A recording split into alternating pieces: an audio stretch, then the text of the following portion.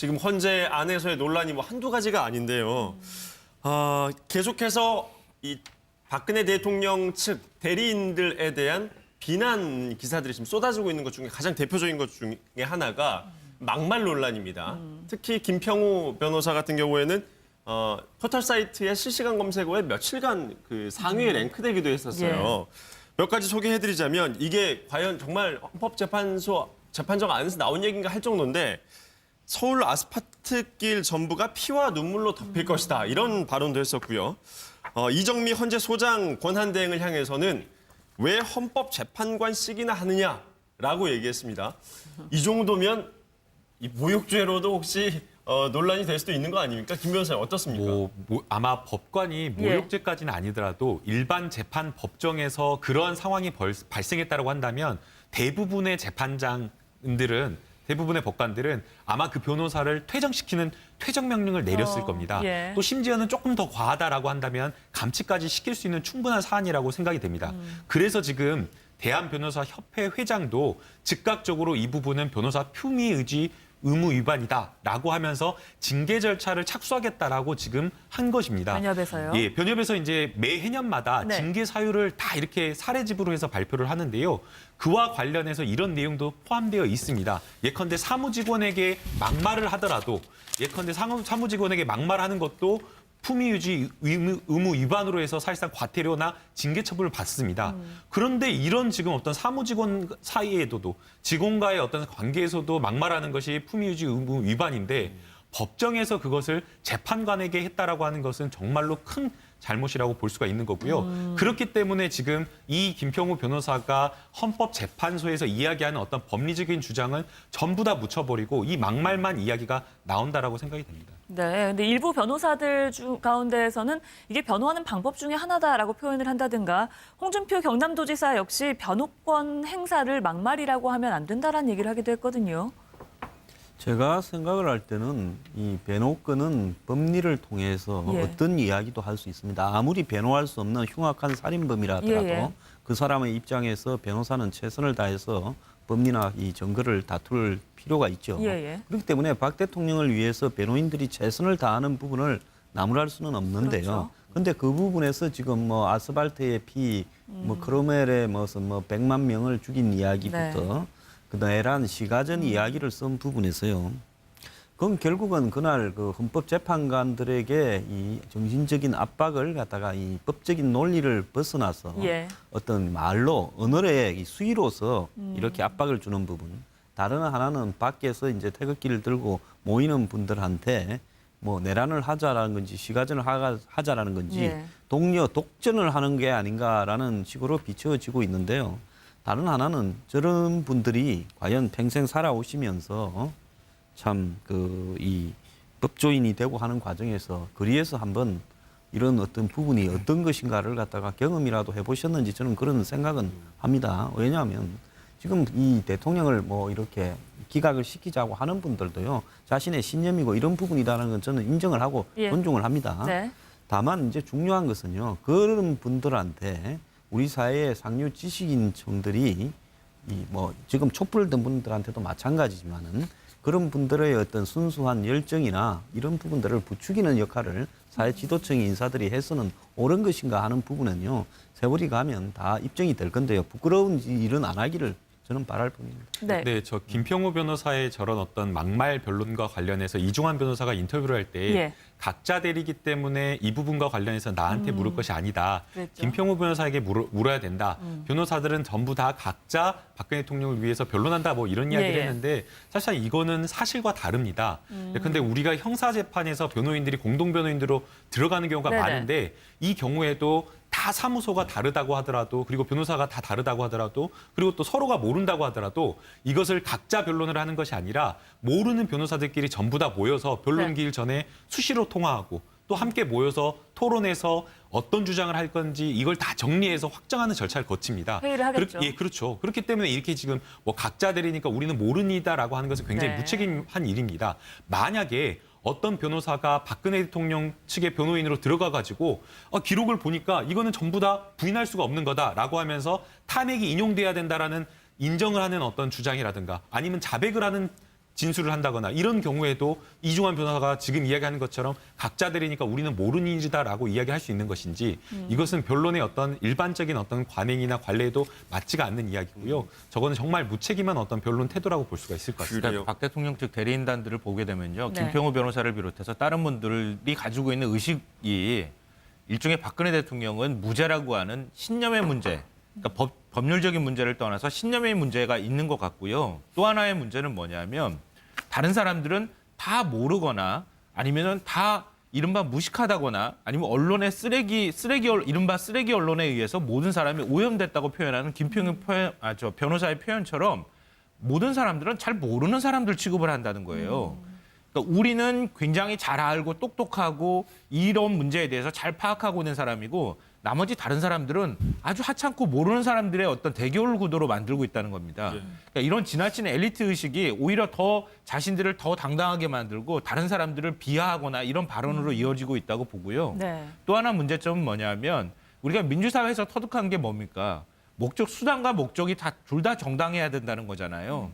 자기들은 어떤 법률적인 문제를 설명할 때 있어서 어떤 수단을 사용해도 상관없다고 생각하는 이런 사고방식 자체가 굉장히 좀 우리가 지금까지 만들어왔던 법률적인 체계, 민주주의적 질서에 굉장히 좀 위배가 되는 것이다. 그걸 대통령 대리인단 측에서 보여주고 있다고 하는 게 굉장히 심각한 문제라고 저는 생각합니다. 네. 그래요. 오늘이 마침 박근혜 대통령의 취임 4주년을 맞이하는 네. 날인데요. 어떻게 보낼지 궁금한데 27일 헌재 최종 변론이 남아 있습니다. 이 준비를 지금 하고 있을까요? 어떻게 예상하세요? 하고 있을 것으로 생각이 됩니다. 이제 출석과 관련해서 여러 가지 고민이 있을 것으로 생각이 되는데요. 이 부분에 대한 고민은 어느 정도 끝나지 않았을까 생각이 됩니다. 네. 결국에 박근혜 대통령이 출석을 한다라고 한다면 이 변론을 조금 더 연장하는 목적 또는 뭔가 지지층을 결집하는 어떤 목적을 위해서 나올 것으로 예상을 했었는데 사실상 변론기를 연기할 수 있는 목적 효과 자체가 완전히 사라져버린 상황입니다. 그렇다고 한다면 나왔을 때의 국회 측의 어떤 송곳 질문을 받거나 또는 재판관들이 물어보는 어떤 질문 공세를 받아야 되기 때문에 예. 지금 이 상황에서는 박근혜 대통령이 지금 나오기는 좀 어려운 것으로 생각이 됩니다. 그래서 이 부분과 관련된 어떤 판단은 이미 다 끝낸 것으로 생각이 되고요. 네. 지금 나오는 이야기는 녹화 영상을 좀 틀어서 예, 예. 최후 출석에서 어떤 최후 변론을 하는 것을 피하려고 하는 것. 즉 내가 하고 싶은 이야기만 헌법재판소에서 이야기를 하겠다는 어떤 그런 전략을 취할 것으로 생각이 되는데요. 그런 이야기가 나오고 있습니다. 나오고 있습니다. 예. 그런데 아마 굉장히 높을 것으로 생각이 됩니다. 영상을 녹화해서 튼다라고 한다면 내가 출석은 하지 않지만 출석과 같은 효과는 누리면서 동시에 재판관이나 국회 측의 어떤 질문 공세는 피할 수 있기 때문에 네. 박근혜 대통령 측에서 원하는 목적은 달성할 수 있을 것으로 생각이 되는데 아마도 그러할 가능성이 조금 높아 보입니다. 네. 제가 생각할 때는 영상이든 출두든 안 할 거라고 보고 있습니다. 예. 박 대통령이 대중적으로 자신의 지지층을 위해서 여론을 행사해가는 부분은 지난번에 봤듯이 정규제 TV든 기자 간담회든 다양한 방법을 활용할 수 있는데요. 예. 굳이 헌재에서 박 대통령이 자신의 입장을 밝힌다고 지금 헌재의 어떤 결과에 큰 영향을 미칠 수 있다.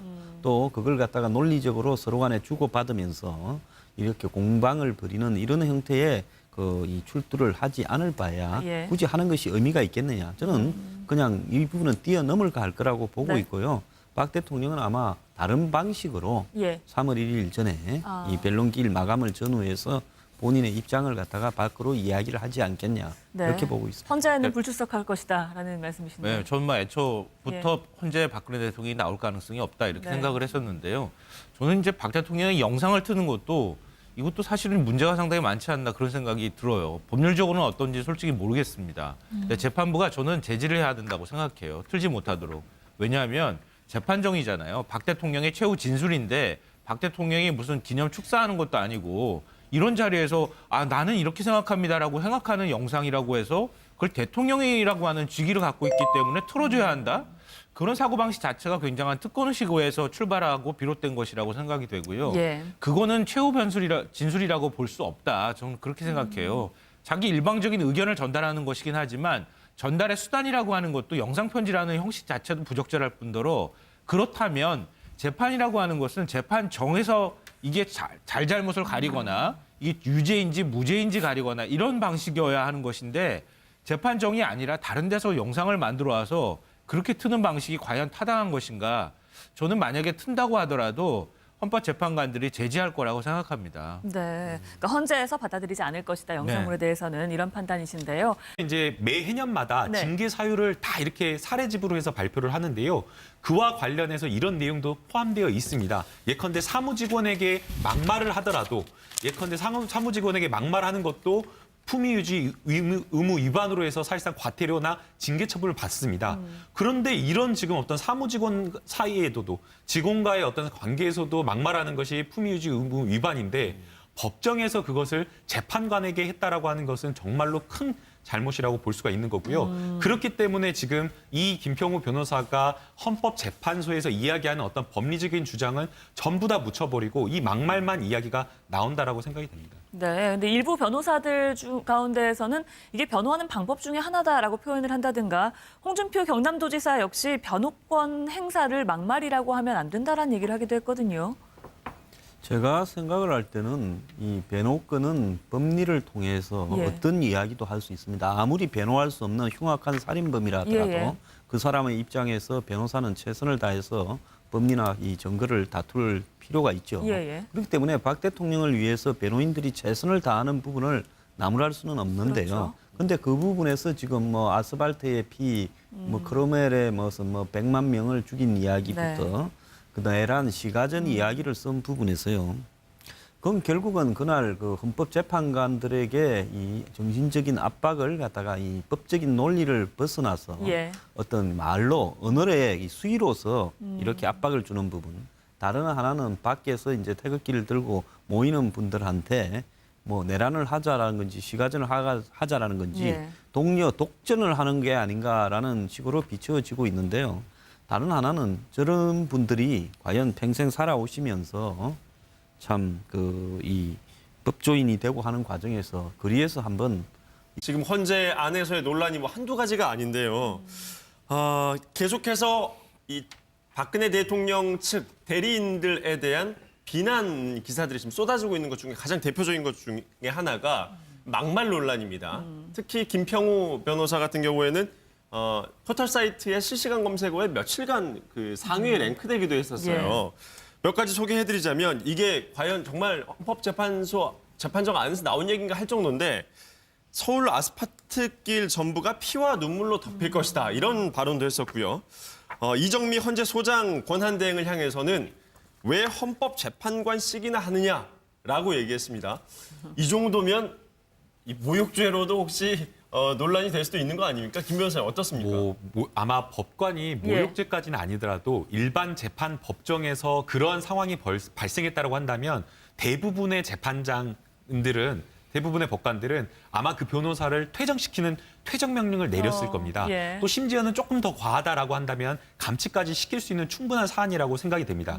그래서 지금 대한변호사협회 회장도 즉각적으로 이 부분은 변호사 품위 의지 의무 위반이다라고 하면서 징계 절차를 착수하겠다라고 지금 한 것입니다. 변협에서요. 예, 변협에서